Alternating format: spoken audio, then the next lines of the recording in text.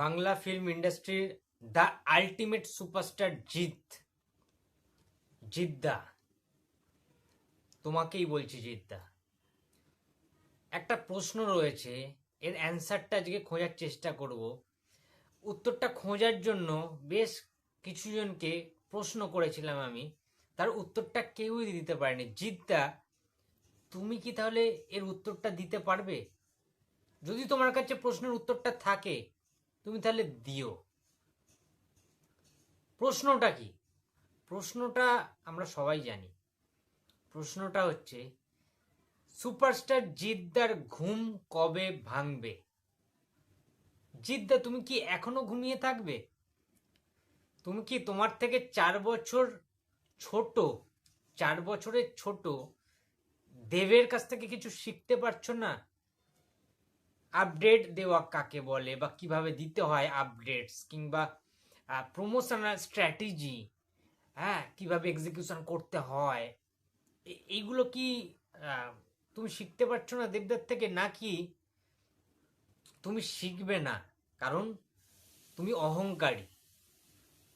জিদ্দা, তুমি কি এটা ভেবে নিয়েছো যে তুমি দেবদার থেকে যেহেতু 4 বছরের বড়, জিদ্দার বয়স 47 বছর, দেবদার বয়স 43 বছর।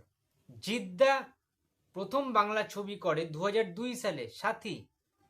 দেবদা সেম ভাবেই, একইভাবেই জিদ্দার থেকে 4 বছর পরে প্রথম বাংলা ছবি করে 2006 সালে অগ্নিশপথ।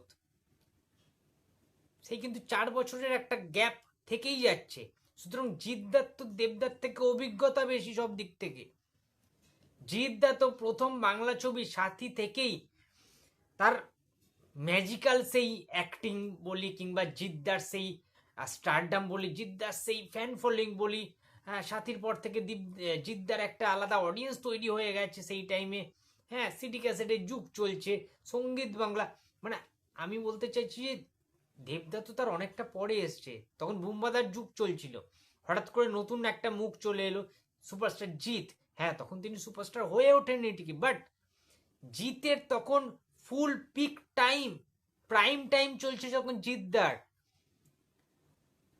সাথী, সঙ্গী, প্রেমী, শুভদৃষ্টি, হ্যাঁ, আক্রোশ, মাস্তান, ক্রান্তির মতো ছবি, কিংবা কিছু আন্ডাররেটেড রয়েছে, বাট ক্রান্তির মতো সাহসী ছবি, পিঙ্কুর ছবি তিনি তো করেছেন। অ্যাকচুয়ালি রিঙ্গোর ছবি ছিল ক্রান্তি, জিদ্দা তো সেখানে ফাটিয়ে দিয়েছিলেন।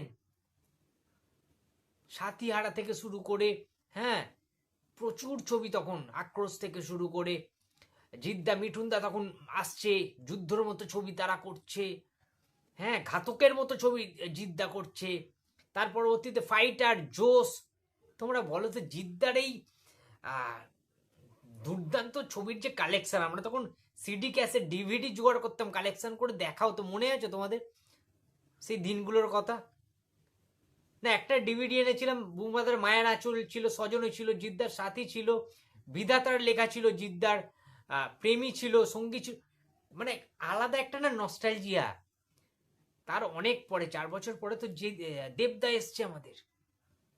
কিন্তু দেবদা আসার পর থেকে সেটা চ্যালেঞ্জ, পাগলু থেকে শুরু করে এক এক করে যেভাবে আই লাভ ইউ থেকে শুরু করে, যেভাবে দেবদায় নিজের ঘুঁটি সাজিয়ে, নিজের চাল, নিজের বুদ্ধিমত্তার পরিচয় দিয়ে জিদ্দার থেকে অনেকটা বেশি এগিয়ে গেছে। এই মুহূর্তে 2026-এ এসে দাঁড়িয়ে আজকে বলতে বাধ্য হচ্ছি, জিদ্দার থেকে দেবদা এই মুহূর্তে দাঁড়িয়ে অনেক এগিয়ে। এটার কারণটা কি? জিদ্দা কেন ঘুমোচ্ছেন? জিদ্দার আজকে বিগত বেশ কিছু বছর জিদ্দার মুভির কোনো আপডেটই নেই। জিদ্দার যে নতুন কি সিনেমা আসছে, কবে আসবে না আসবে, তার কোনো কথাবার্তা, আলোচনা কিছু নেই। জিদ্দার ফ্যান্সরাই খালি অধীর আগ্রহে চাতক পাখির মতো চেয়ে বসে থাকে, জিদ্দার কবে একটা আপডেট পাওয়া যাবে। অথচ জিদ্দার ফ্যানরা, জিদ্দার ভক্তরা প্রোঅ্যাক্টিভ। জিদ্দার ভক্তদের আমি নিজে দেখেছি, বিভিন্ন যে ছবিগুলো অ্যানাউন্সমেন্ট হচ্ছে কিংবা হবে হবে করছে, কোনো রিউমার্স পেলে সেইগুলো নিয়ে দুর্দান্ত কিছু ক্রিয়েটিভিটি, দুর্দান্ত কিছু ম্যাজিক্যাল পোস্টার তারা তৈরি করছে, প্রিমিয়াম কোয়ালিটির পোস্টার, খুব প্রফেশনাল সেই পোস্টারগুলো তারা তৈরি করছে। কিন্তু জিদ্দার হাউস কিংবা জিদ্দার যে প্রোডাকশন হাউসের সাথে কোলাবোরেশন করছে, তাদের ঘুম ভাঙছে না, তারা যেন জিদ্দাকে গুরুত্বই দিচ্ছে না। কে জিত? হু ইজ জিত? আরে ভাই, জিতকে বুঝতে গেলে আমাদের একটু পিছিয়ে যেতে হবে। হ্যাঁ, মানে আমাদের কমার্শিয়াল ছবিটা কিন্তু জিদ্দা একদম মেন স্ট্রিম নায়ক। জিদ্দার মানুষ ছবি ফ্লপ হতে পারে, ডিজাস্টার হতে পারে, মানা যাচ্ছে, বাট জিদ্দা তো অ্যাট দ্য সেম টাইম রাবণের মতো ছবি করেছে, চেঙ্গিসের মতো ছবিও সাহস দেখিয়ে করেছেন। সালমান খানের সাথে মুম্বাইতে গিয়ে ক্ল্যাশ করার সত্ত্বেও দুর্দান্ত একটা রেসপন্স পেয়েছে। তাহলে জিদ্দা তো ভয় পেয়ে ফ্যামিলি ড্রামা করেনি রে ভাই, এটা তো মানতে হবে। খাকি দ্য বেঙ্গল চ্যাপ্টারে জিদ্দা লিড একটা হিরোর ক্যারেক্টারে, পুলিশের চরিত্রে ফাটিয়ে দিয়েছে, আমরা প্রত্যেকে জানি। তো সুতরাং জিদ্দা কেন এই মুহূর্তে দাঁড়িয়ে অন্তত প্রমোশনের দিক থেকে এবং সিনেমার আপডেটের দিক থেকে দেবদার সাথে কেন কম্পারিজনে পারছে না, প্রশ্নের জায়গা এটা। হ্যাঁ, প্রশ্নের জায়গা এটা নয় যে জিৎ কেন দেবদার থেকে 4 বছর আগে এসে সুপারস্টার হয়েই দাঁড়িয়ে রইল, আর দেব কেন জিতের থেকে 4 বছর পরে ইন্ডাস্ট্রিতে পদার্পণ করেও megastar, quote and quote megastar তকমা পেয়ে গেল। আমার যেটা মনে হচ্ছে, আমি আলোচনার মাধ্যমে বলছি, বাংলা ফিল্ম ইন্ডাস্ট্রি তথা টলিউড ফিল্ম ইন্ডাস্ট্রি যেটাকে বলছি আমরা, এখানে না নিজের স্টারডাম বোঝাতে গেলে, নিজের কোট আনকোট এই তকমাগুলো মানে লাগাতে গেলে, কিংবা নিজের অস্তিত্বটাকে, নিজের গুরুত্বটাকে, নিজের ইম্পর্টেন্সটাকে সবার কাছে জাহির করতে শাসক দলের একটু তোষামত করতে লাগে, শাসক দলের গা ঘেঁষা হয়ে থাকতে হয়, কিংবা তৎকালীন সরকার, ইন্ডাস্ট্রিতে যখন যে সরকার এসছে সেই সরকারের প্রিয়, সরকারের প্রিয় হয়ে থাকলে, সরকারের কিংবা রাজনীতির আঙিনায় থাকলে, পলিটিশিয়ান হলে প্রত্যক্ষ কিংবা পরোক্ষভাবে হলে তো খুবই ভালো, তাহলে তার ইন্ডাস্ট্রিতে জায়গাটা খুব মজবুত হয়।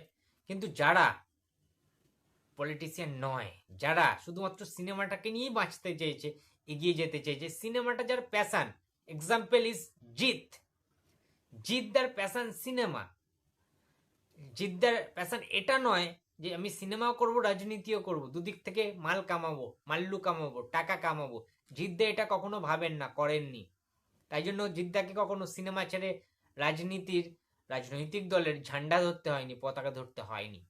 দ্যাট ইজ জিত। সুতরাং জিদ্দার সাথে কারো তুলনাটা চলে না অ্যাকচুয়ালি, ঠিক আছে?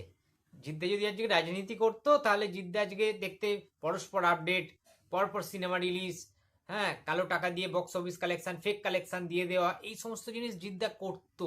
কিন্তু জিদ্দা তো সেটা করেনি। তাই জন্য জিদ্দার সেই লেভেলের নাম যশ খ্যাতি নেই।